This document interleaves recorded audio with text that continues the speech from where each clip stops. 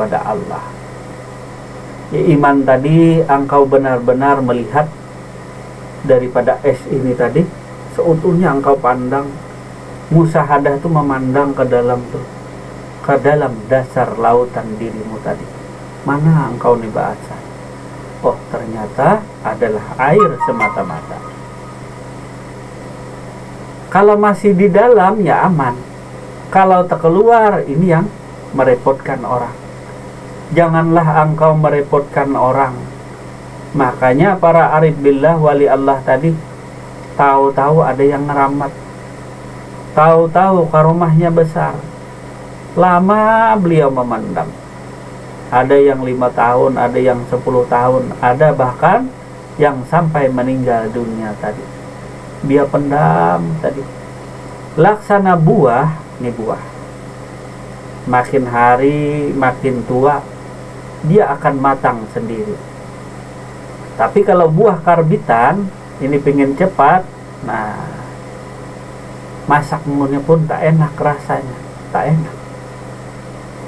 Walaupun sama-sama pisang misalnya, ya sama-sama pisang, cuma pisang ini pisang yang tua beda dengan pisang muda yang matang. Kalau pisang tua benar-benar sudah kehendaknya waktunya pas, dia tua, dia akan matang sendiri. Tetapi kalau pisang yang masih muda, baru 3 bulan atau baru 3 hari mau dikarbit. Nah, karbit itu adalah sejenis bahan untuk mematangkan pisang dengan secara tidak normal. Karbit itu untuk bahan main apa? Meriam bambu. Nah, dibuat karbit itu bisa meledak, meletus, suaranya nyaring. Nah, jadi rahasia daripada hakikatnya Allah Subhanahu wa taala ini tadi hendaklah engkau rasai terlebih dahulu.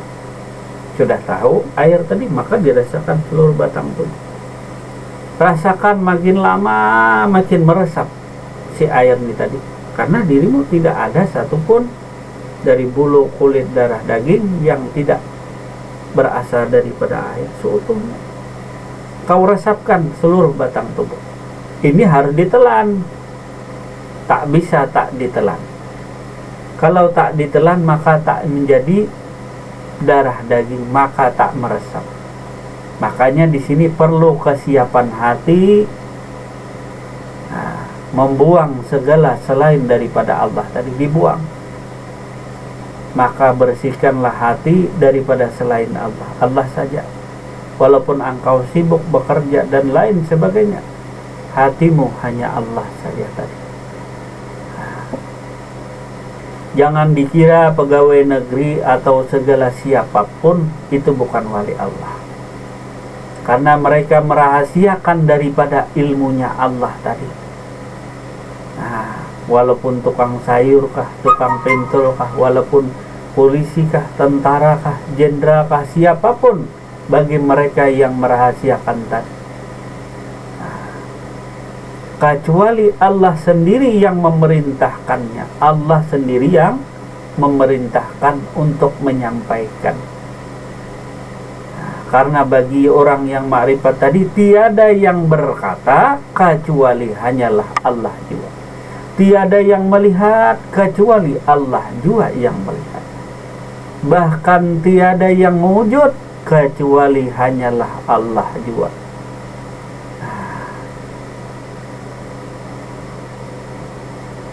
Artinya tiada yang berkata-kata kecuali hanyalah dirinya jua. Bahkan tiada yang kuasa kecuali air jua. Bahkan tiada yang wujud, kata es batu, hanya air jua yang wujud, yang nampak, yang melihat, yang berkata, yang mendengar tadi, tiada lain.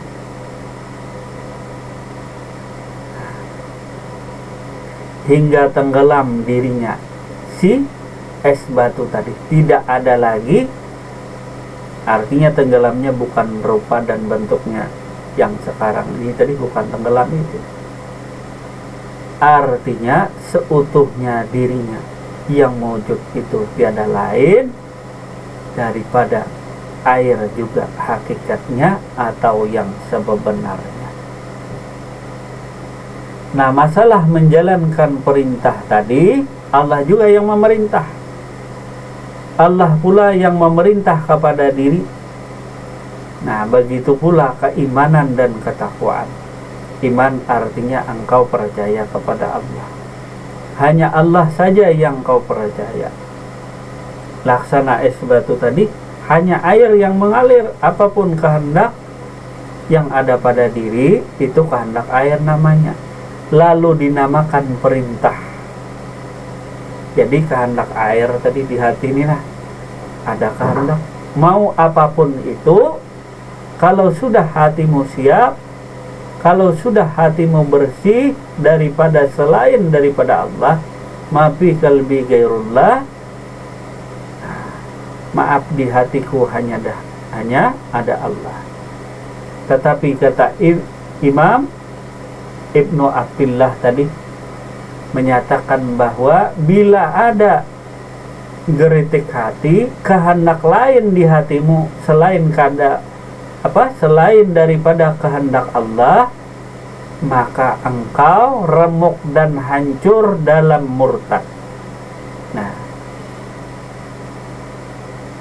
dalam Al-Hikam, Ibnu Athilah menyatakan dengan sangat terang dan jelas, bila ada di hatimu ada kehendak selain daripada Allah, maka remuk hancur dirimu dalam keadaan murtad. Artinya engkau mati dalam keadaan murtad.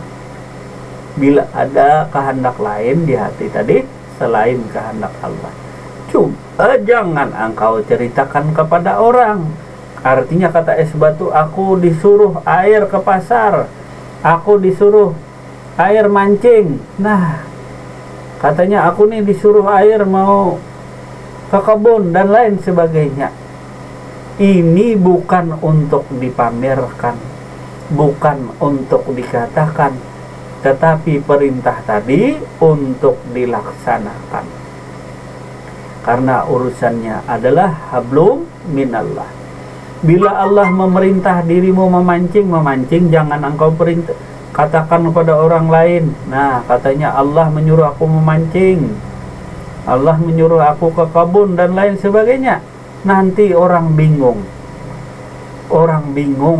Nih orang ini sudah hilang akalnya tadi. Memang dia benar, tapi orang ini sudah hilang akalnya, kata orang. Nah, ini jangan sampai terjadi hal yang demikian tadi. Nah, jadi kalau makrifat nanti imannya benar-benar, bukan main-main lagi. Begitu juga takwanya, sebenar-benar takwa. Jadi bila diperintah Allah berdiri, maka berdiri. Nah, bila duduk, diperintahkan duduk, ya duduk. Berjalan. Nah, jadi kehendak air yang ada pada dirimu, bukannya menghilangkan kehendakmu, bukan. Nah, jadi nyatakan dulu nih air nih, nah seluruhnya zahir dan batin es batu tadi adalah air, walaupun bentuk rupanya begini sudah. Dan kehendak yang terjadi, kehendak es batu kah, kehendak air kah? Nah, jadi sadar tidak yang maha berkehendak adalah Allah. Nah, jadi kehendaknya. Nah, kalau bahasa ketuhanan dinamakan iradat. Kalau bahasa manusia itu dinamakan kehendak. Allah punya iradat, manusia punya hawa nafsu. Bukan nafsu tadi dihilangkan, tidak. Jadi sebenarnya nafsu itulah iradat Allah, itulah kehendak Allah. Dan ditekankan sini, makanya tadi perlunya syariat. Akhlak tadi diutamakan daripada nafsu tadi. Jadi utamakan nafsu yang bagus. Kalau salah jangan dikerjakan, kalau yang buruk tinggalkan. Walaupun benar semuanya kehendak daripada Allah Subhanahu wa ta'ala. Baik dan buruk bersumber daripada Allah. Nah, maka di sini ditekankan tadi kata Tuan Syekh adalah melaksanakan amar ma'ruf nahi mungkar. Menjauhi segala larangan tadi. Yang benar adalah benar. Yang salah adalah salah. Diberikannya apa yang pantas kepada yang berhak menerima pemberian. Disempurnakannya segala hak dan kewajiban sebagaimana mestinya. Jadi kalau orang salah wajib dihukum. Jadi kalau orang salah wajib dihukum supaya sadar dirinya tadi. Jadi kalau dia benar, nyatakanlah kebenaran tadi. Nah, jadi tidak ada menghalalkan segala cara dengan mengatasnamakan hakikat tadi.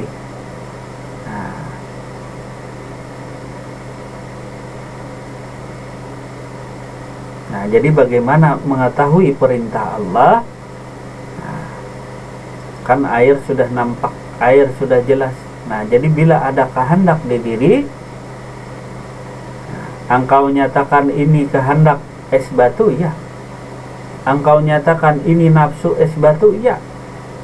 Tetapi kalau engkau pandang hakikat bahwa ini iradat kehendak Allah, ya benar.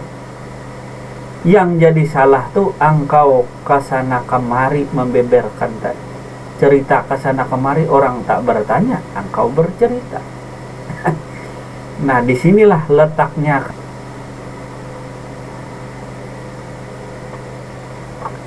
Jadi kalau iman tadi percaya seutuh-utuhnya kepada Allah Subhanahu wa ta'ala. Kemudian takwa adalah menjalankan perintah Allah dan menjauhi larangannya. Jadi apa yang diperintahkannya itu yang dilaksanakan. Misalnya perintahnya untuk pergi ke pasar, dengan segera engkau melaksanakan perintah ini tadi. Melaksanakan segera perintah. Nah, jadi ini bertakwa kepada Allah tadi 24 jam. Taat kepada Allah itu 24 jam. Penuh tadi. Bukan separuh-separuh. Artinya separuh waktu. Jadi taat takwa kepada Allah itu 24 jam. Takwa kepada Allah adalah menjalankan perintahnya dan menjauhi larangannya. Nah, bagi engkau makrifat tadi dibukakan hijab oleh Allah. Tidak ada lagi batasan dinding-dinding yang menghijabi dirimu dengan Allah Subhanahu wa ta'ala. Karena tasawuf tadi berhubungan langsung engkau dengan Allah tanpa perantaraan siapa-siapa. Langsung berhubungan dengan Allah. Hablum minallah, hubungan dirimu dengan Allah secara langsung. Ini saluran yang khusus. Nah, ini saluran yang khusus. Itulah makrifat tadi. Jadi saluran khusus dirimu berhubungan langsung dengan Allah tanpa perantara sesajen dan lain sebagainya. Tidak. Tanpa perantaraan ini dan itu, tidak. Tetapi hubungan dirimu langsung dengan Allah Subhanahu wa ta'ala. Tidak tawasul sana, tidak tawasul sini, tidak. Tetapi langsung dirimu berhubungan dengan Allah Subhanahu wa ta'ala. Perintah langsung, misalnya tadi. Nah, Bang Syahrial dekat dengan direktur. Kemana-mana bersama direktur. Nah, kata direktur kita ke pasar, ya ke pasar. Kalau kita ke kantor, ya ke kantor. Nah, kamu ikut dengan saya tadi karena asisten pribadi. Orang yang selalu dekat. Tidak ada batasan lagi antara direktur dengan asistennya tadi. Semua dia curahkan. Semua apapun itu dia curahkan. Dia bercengkrama pagi, siang, malam tadi. Asisten tadi, kemanapun. Apapun itu tadi. Mau ke pasar, mau ke kebun, kemanapun, dia tak pernah sunyi, tak pernah sepi hidupnya. Karena bersama dengan sang direktur tadi. Jadi nanti kawanmu akan sedikit terkejut melihat perubahan diri. Kok dia tidak bekerja sama seperti saya capek di depan komputer. Seharian saya di depan komputer. Kok dia enak sekali ke sana kemari dengan kan berbeda antara orang yang dekat dengan sang direktur tadi dengan orang yang jauh. Walaupun sama-sama dia karyawan di perusahaan yang sama, berbeda antara orang yang tidak ada dinding, tidak ada hijab lagi, si karyawan tadi dengan direktur atau manajernya. Dia sudah satu hati, sudah satu pembicaraan. Nah, berbeda dengan karyawan tadi, walaupun sama-sama tugasnya, iya sama. Engkau disuruh ngambilkan kopi, ya ambilkan kopi. Nah, kalau engkau disuruh ngambil kopi, malah engkau mengetik, nanti engkau dimarah. Engkau dimarahi. Tugasmu sekarang adalah ngambil kopi. Saya tolong sekarang ambilkan kopi. Tugasmu sekarang adalah ngambil kopi. Bukan ikut mengetik seperti karyawan yang lain, kotak-katik, ngetik. Nah, sakit matanya tadi karena duduk di layar monitor. Itu sudah tugas kewajiban. Tidak bisa orang tadi saling, apa istilah kata orang Banjar tuh, hendak iri hati. Kok Sahrial disuruh ngambil kopi, aku juga berhenti katanya nih mengetik. Tak mau lagi aku kerja mengetik, aku mending ikut ngambil kopi. Tidak boleh hal yang demikian. Malah engkau dapat laknat dan hukuman karena meninggalkan tugas dan kewajibanmu. Tugas kewajibanmu ngetik, nunggu di layar monitor. Mau ikut-ikutan tidak bisa. Karena itu bukan tugas dan kewajibanmu, karena engkau tak diperintah oleh atasan tadi. Nah, kalau atasan merintah, masa katanya aku ngetik dulu, ini untuk engkau. Nih ketikan kunina banyak, berapa halaman untuk engkau wahai manajer. Tak peduli manajer itu. Ambilkan air. Yang mana engkau utamakan? Apakah engkau ngetik tadi? Ngetik untuk kepentingan manajer. Nah, tetapi manajer menyuruh engkau langsung cuma ngambilkan air atau temani saya makan siang. Nah, minta temani makan siang, malah katanya aku sibuk. Bisa-bisa engkau dipecat nanti, diganti. Engkau mungkin pengen capek katanya. Ini orang ini mungkin pengen capek kerja katanya. Disuruh enak. Disuruh bersama saya ke kantor, ke pasar, ngopi bareng. Oh, dia rupanya mau capek, mau kerja ngetik saja. Ya disuruhlah kamu ngetik. Kan ada dalam suatu tingkatan tadi, manusia tadi diberi namanya karomah atau kemuliaan daripada Allah Subhanahu wa ta'ala. Karena kecintaannya kepada Allah lalu diberi karomah. Karena karyawan ini benar-benar cinta, benar-benar tulus dan mengenalnya tadi. Lalu curhatlah di sana tadi. Jadi berbedalah orang yang mengenal manajer dan tidak. Ini pura-pura rajin mengetik, tapi manajer di samping, rupanya dia nyamar. Nah, tapi tak kenal tadi. Kalau engkau kenal, malu rasanya tadi. Engkau tinggalkan semua amal ibadah untuk dirimu, engkau tinggalkan. Jadi kepentingan untuk dirimu engkau tinggalkan. Maksudnya begini, engkau untuk mencari duit kan bekerja ngetik. Kalau engkau tak bekerja, engkau tak dapat upah oleh manajer. Paksa engkau mengetik pagi, siang, dan malam, walaupun tanganmu letih, walaupun matamu mengantuk, tetap engkau bekerja. Nah, tetapi karena kepentingan sang manajer, engkau tak lagi memikirkan yang lain tadi, urusan kerjaan. Itu kan kepentingan perutmu, untuk gajimu. kau lagi hiraukan. Engkau tinggalkan rutinitas pekerjaanmu sehari-hari, berganti diangkat derajat tadi cuma jadi asisten. Tanya ambilkan kopi, kita ke warung, kita makan siang, kita ke kebun dan lain sebagainya. Diajaklah kamu ke sana kemari bersama dengan dirinya, sehingga tak terpikirkan lagi kerja yang sibuk tadi. Yang nyuruh siapa? Asam-asam. Yang ngetik, yang bekerja tadi siapa? Itu sang manajer awal muasal dirimu tadi, sebelum engkau diangkat derajat kemuliaannya tadi menjadi orang yang dekat dengan dirinya. Capek ya memang capek, muasal. Masa asisten manajer terus bekerja, siapa yang menemani?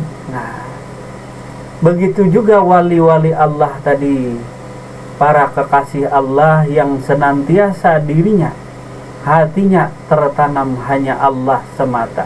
Dia tidak memikirkan lagi urusan untuk amal untuk dirinya, pahala untuk dirinya. Hilanglah segala egois daripada dirinya tadi. Yang dia utamakan hanyalah menjalankan perintah dan kewajiban Allah Subhanahu wa ta'ala. Perintah Allah lah yang dia utamakan. Tidak lagi malu kepada orang lain. Tidak lagi ini malu dengan orang lain, artinya orang mengerjakan tugas, masa aku ngambil kopi. Jadi bagi engkau yang marifat, tentu engkau mengutamakan direkturmu daripada pekerjaanmu itu sendiri tadi. Begitu juga dengan Allah, maka engkau utamakan Allah daripada lainnya. Engkau sanggup rela melepas yang lain daripada kehendaknya lah yang diutamakan. Jadi inilah tingkatan bertakwanya orang makrifat tadi, benar-benar mengenal Allah. Tahu dulu Allahnya, tahu dulu Tuhannya, baru dia menjalankan perintah dan kewajiban. Menjalankan perintah dan kewajiban tadi, itulah orang yang bertakwa. Jadi bertakwa tadi adalah orang yang beriman. Jadi orang bertakwa pasti dirinya beriman. Beriman tadi pasti dirinya telah melihat akan Allah Subhanahu wa ta'ala karena ihsannya. Jadi iman yang paling kuat adalah ihsan, yaitu di mana engkau melihat akan Allah Subhanahu wa ta'ala. Engkau tadi apa? Engkau diperlihatkannya Allah, ilmu daripada ma'rifatnya, perkenalan dirinya. Begitu kata baginda Rasulullah sallallahu alaihi wasallam, aku kenal Tuhanku karena Tuhanku juga. Jadi kalau orang Banjar jangan iri hati, jangan dengki hati, jangan iri hati, jangan dengki hati, jangan disamakan tugasmu dengan tugas kekasih sang manajer. Itu disayang-sayangnya. Kalau engkau tugasmu capek, iya capek.